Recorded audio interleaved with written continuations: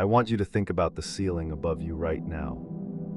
Not the plaster or the drywall or the paint, the space above it, the crawl space if your home has one, the attic, the gap between what you can see and what the structure of your home contains. I want you to think about how much of your home you have actually seen, how much of it you have verified with your own eyes and hands is empty.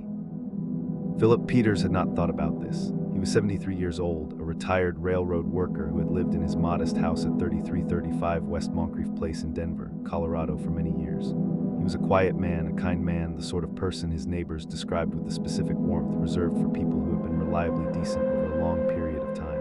He played guitar. He and his wife, Helen, were known in the neighborhood for their generosity.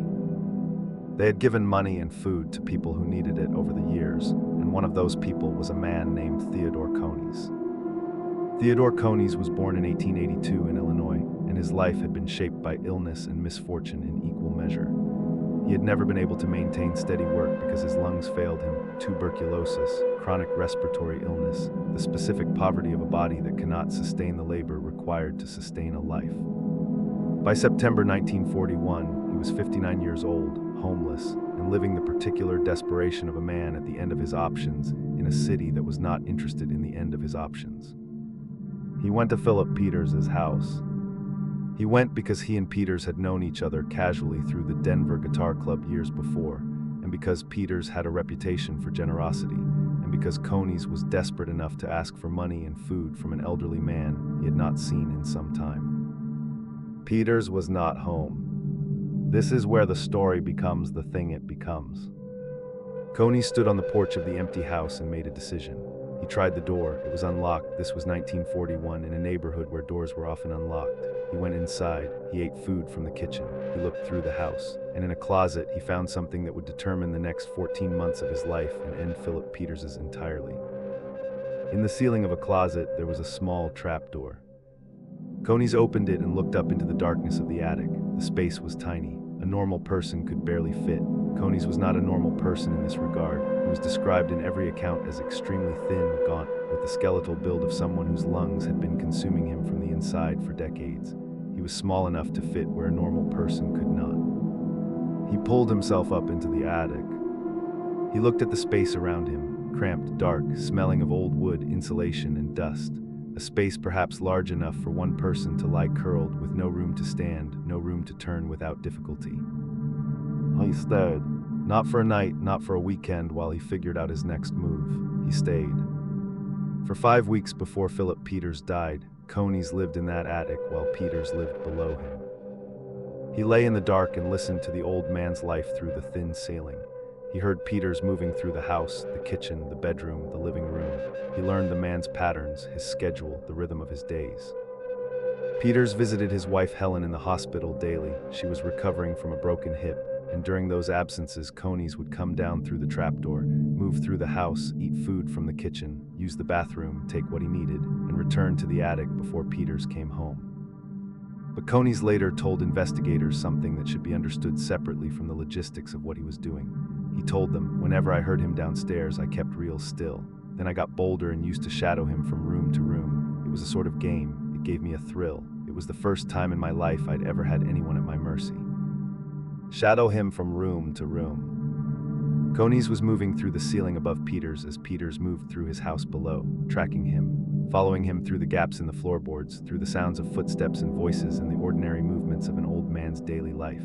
Peters was entirely unaware. He was being followed through his own home by someone he could not see, who was above him, always above him, moving silently while Peters moved below.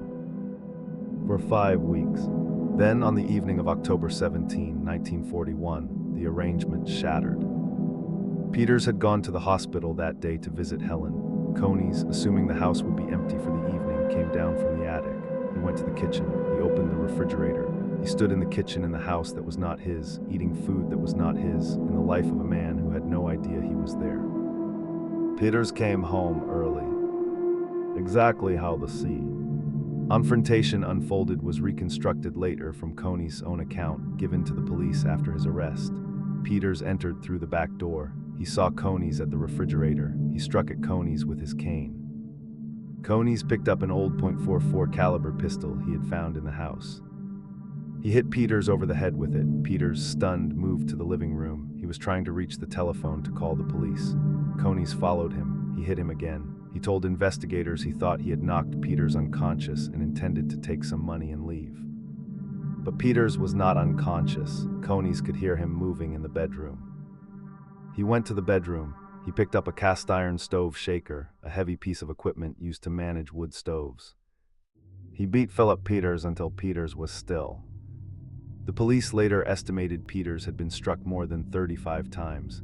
The pistol had broken apart in Konies' hands from the force of the first blows. The investigation would note that the gun broke and Konies kept going. When it was done, Konies cleaned the weapon. He took some food and some money.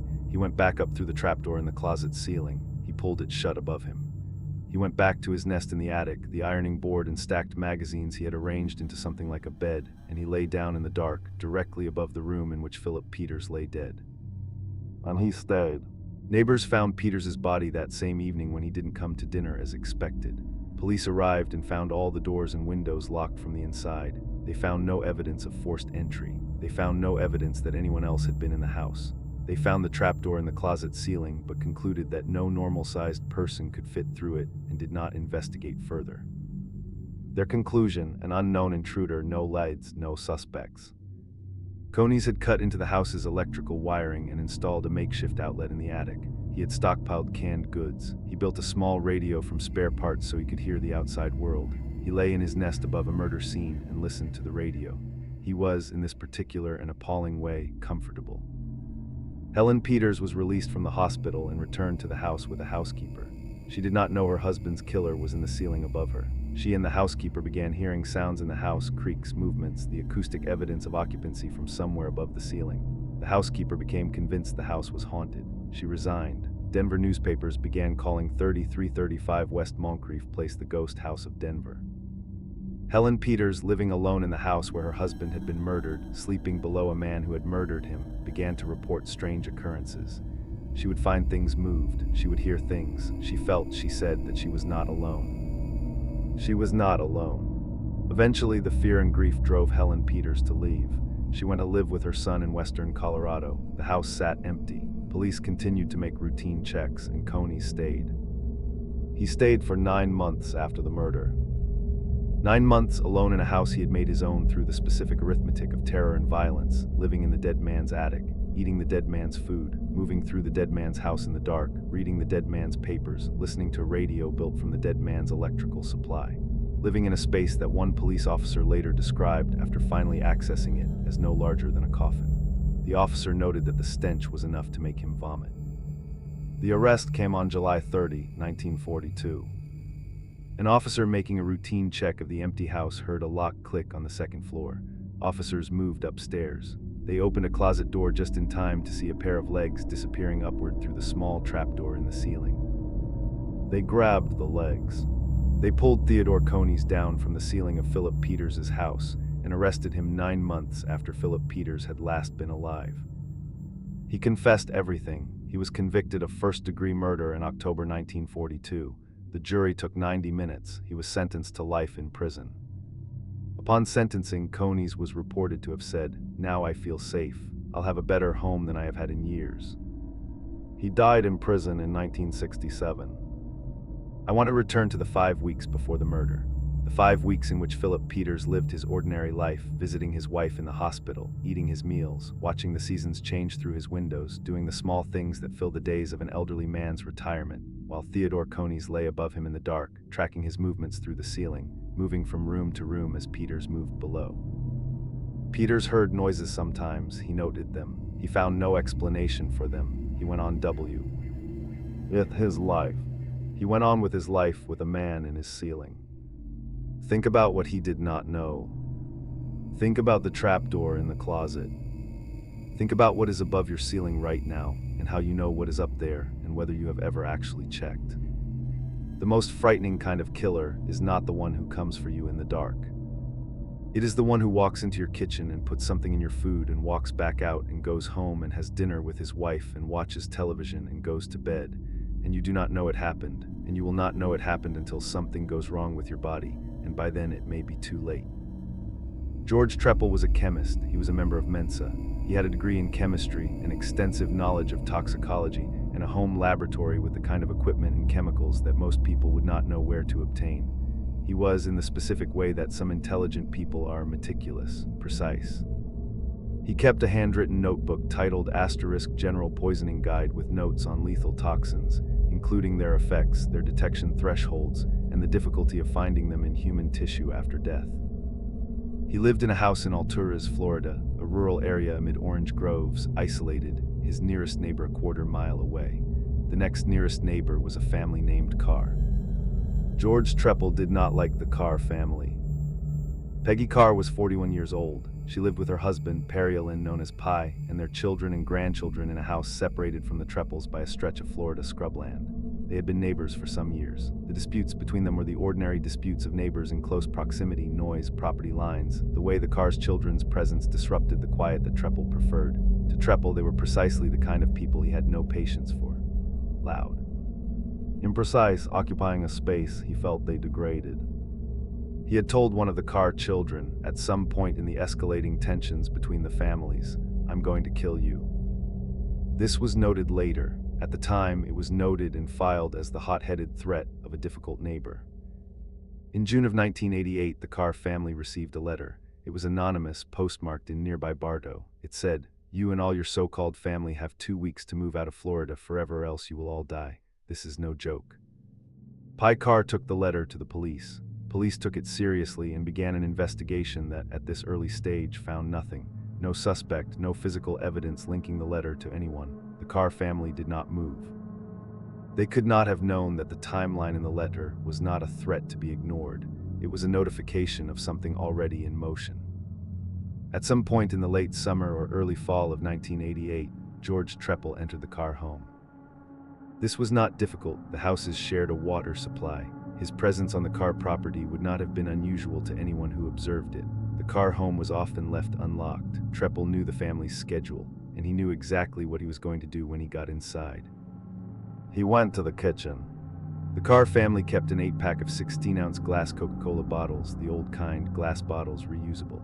The family drank from them regularly. Treppel had a small tool. He used it to carefully remove the bottle caps from several bottles in the 8-pack. Into each open bottle, he added a measured quantity of thallium nitrate, a heavy metal compound that is colorless, odorless, and tasteless in solution. He replaced the caps, pressing them back on with a capping device so that they appeared undisturbed. He put the bottles back exactly where he had found them. He went home. Thallium is one of the more terrible poisons available to a person with chemistry knowledge. It was historically used as a rat poison before its properties became better understood and its use was restricted. It kills through a process that takes weeks, initially producing symptoms that present as a neurological illness, weakness, pain, difficulty walking, and hair loss. The hair loss is characteristic and diagnostic, but only for people who know what thallium does. The burning sensation in the extremities is among the first signs, and it is severe. Patients describe it as feeling as though their feet are on fire. By the time a doctor identifies thallium poisoning, significant damage has usually been done. And until the 1980s, even identifying it required specific testing that most treating physicians would not think to order because thallium poisoning was so rare that most doctors had never seen it. George Treppel knew all of this. It was in his notebook. In October 1988, Peggy Carr became sick. Her stepson Travis and her son Dwayne became sick. The symptoms were neurological, diffuse, frightening weakness, pain, and the beginnings of hair loss that would become more pronounced as weeks passed. They were admitted to Winter Haven Hospital. Doctors were baffled. The presentation suggested something toxic, something ingested, but the specific tests for heavy metal poisoning were not ordered immediately. Why deteriorated faster than the others? The burning in her feet was agonizing. She was in severe pain before she became comatose. By the time doctors identified thallium as the cause, she had sustained the neurological damage that would end her life. She died on March 3, 1989, on life support that her husband, Pye, finally allowed to be discontinued. She was 41 years old. Travis and Dwayne survived. The investigation that followed the identification of thallium poisoning involved the State Department of Health, the FBI, and multiple agencies over months of searching the Carr home and property for the source. They tested the well water. They tested dozens of items. They found nothing. Until they noticed the 8-pack of Coca-Cola bottles under the kitchen counter. 4 of the bottles were empty, 3 were full. All 7 contained thallium. The bottle caps on the 3 full bottles showed evidence of having been removed and replaced with a capping device. The 4 empty bottles showed thallium residue. Someone had deliberately poisoned the Carr family's Coca-Cola. Product tampering is a federal crime. The FBI became the lead agency. A psychological profile was developed by the FBI's behavioral science unit. The perpetrator was likely highly intelligent, had chemistry or science knowledge, was likely known to the family, had a specific grievance, and had chosen thallium deliberately for its delayed effects, a poison that would allow significant time between administration and detection. Someone who wanted the Carrs to suffer slowly without knowing why. Someone who would be around to watch. When investigators first spoke to Treppel in December 1988, before they had identified thallium, while the investigation was still trying to determine the source, they asked him whether he had any idea why someone would want to harm the Carr family. His response was, perhaps someone wanted them to move out of their home. The anonymous letter had said, "Move out of Florida forever or else you will all die." The investigators noted the parallel and continued their investigation. An FBI agent named Susan Gork went undercover.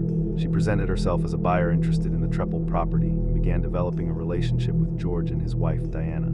She attended a murder mystery weekend event that the Treppels organized, the theme of which, with a specificity that should have been appalling in retrospect, was poisoning. She listened to Treppel discuss poisons at length. She listened to him describe the case that he knew she did not know he was involved in. He called the Carr poisonings to Gork * just a personal vendetta. Over time, as the undercover relationship developed, Gork eventually rented the Treppels' old property after they moved. With access to the property, investigators searched it. In a small workshop shed, they found a chemical bottle containing thallium, the same compound found in the Carr family's Coca-Cola.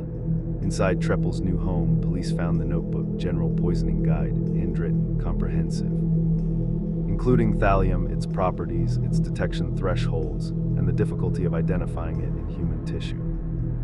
They arrested him in November 1989. He refused a plea deal that would have given him life in prison. He went to trial in 1991. The trial lasted a month, more than 70 witnesses. The evidence was overwhelming. The jury convicted him on all counts: 1 count of first-degree murder, 6 counts of attempted first-degree murder, 7 counts of poisoning food or water, and 1 count of tampering with a consumer product.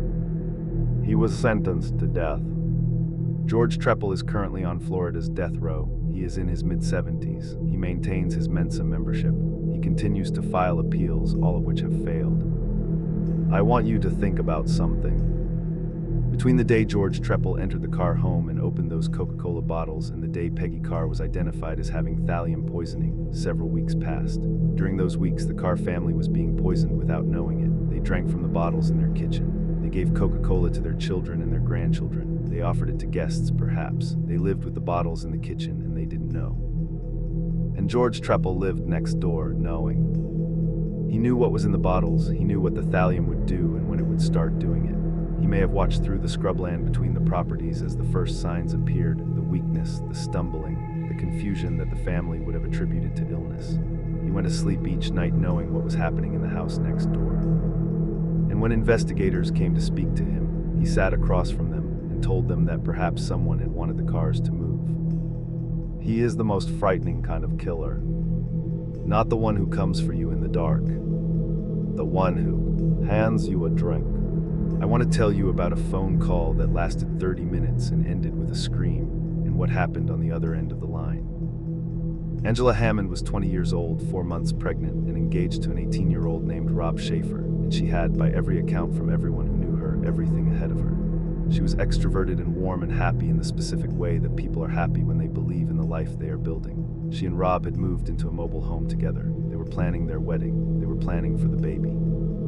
Clinton, Missouri is a small town, the county seat of Henry County, with a population of approximately 20,000 in 1991. It is the kind of place where people feel safe in ways that larger cities do not provide, where the absence of anonymity serves as a kind of protection, where everyone knows enough about everything that stranger danger has a different weight than in a city where strangers are the norm.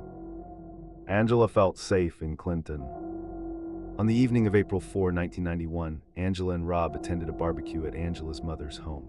Afterward, Angela drove Rob to his family's house so he could babysit his younger brother until his mother returned from work. They said goodbye. Angela drove away.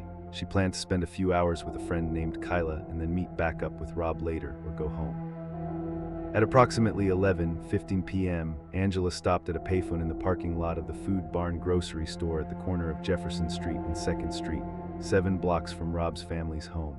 She called Rob. The conversation was normal, ordinary.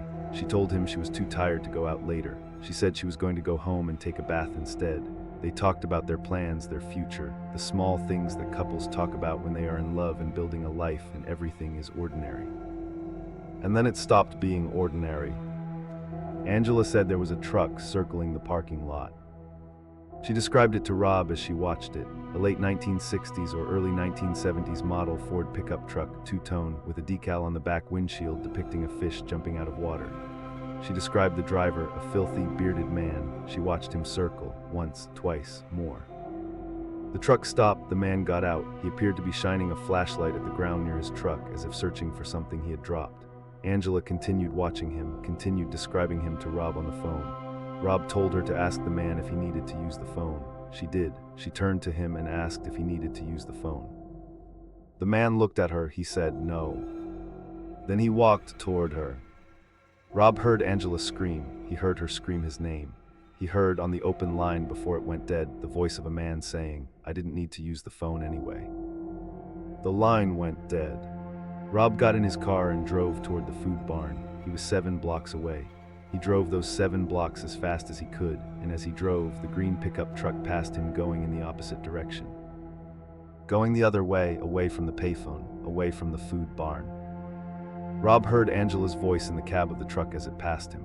He heard her scream his name. He made a U-turn. He floored it. He was chasing the truck that had his pregnant fiancée in it, down a road in Clinton, Missouri, at nearly midnight in April.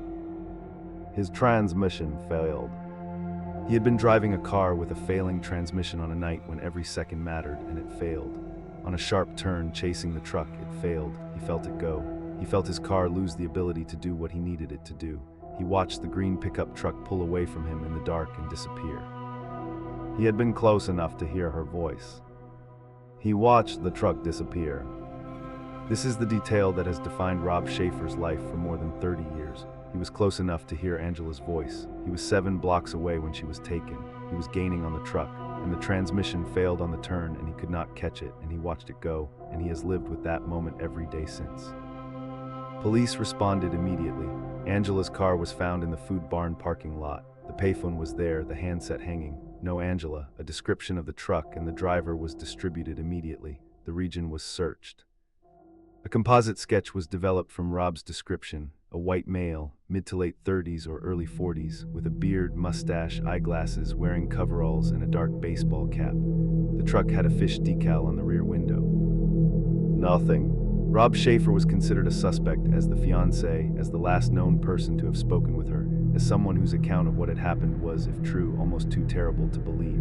He was polygraphed, he was cleared. Within a week, investigators confirmed Rob Schaefer had nothing to do with Angela Hammond's disappearance. What investigators found instead, as they widened their search, was a pattern. 42-year-old Trudy Darby had been taken from a convenience store in Max Creek, Missouri on January 19, 1991, 11 weeks before Angela Hammond. She had called her son from the store because 2 men were loitering in the parking lot and she was frightened. Her son said he was coming right away. When he arrived 10 minutes later, his mother was gone. Her purse and belongings were inside the store. 2 days later, someone near the Little Niangua River reported hearing a gunshot on the night Trudy disappeared. Trudy Darby was never found. Cheryl Ann Kenny disappeared from Nevada, Missouri on February 27, 1991, 5 weeks before Angela Hammond. She had locked up her convenience store for the night. She never arrived home. Cheryl Ann Kenny was never found. 3 women in a 70-mile radius in a span of 11 weeks, taken in the early 1990s from small Missouri towns, were never found. Investigators believed the cases were connected. The man or men responsible were never identified. Angela Hammond was never found. There was an unconfirmed sighting in Canada in 1991. A man in Manitoba recognized a woman from a missing persons poster who he believed was Angela, leaving a drugstore. She appeared, he said, frightened. Investigators could not confirm the identification. There's another detail that investigators considered, and that was never resolved. On the same night Angela Hammond was abducted, a threatening letter was mailed to a police informant in the region. The letter referenced the informant's daughter, who was also named Angela, and who was living in Clinton, Missouri at the time of the abduction. The letter referred to the daughter as Foxy. The writer threatened violence against her. Was Angela Hammond taken by mistake?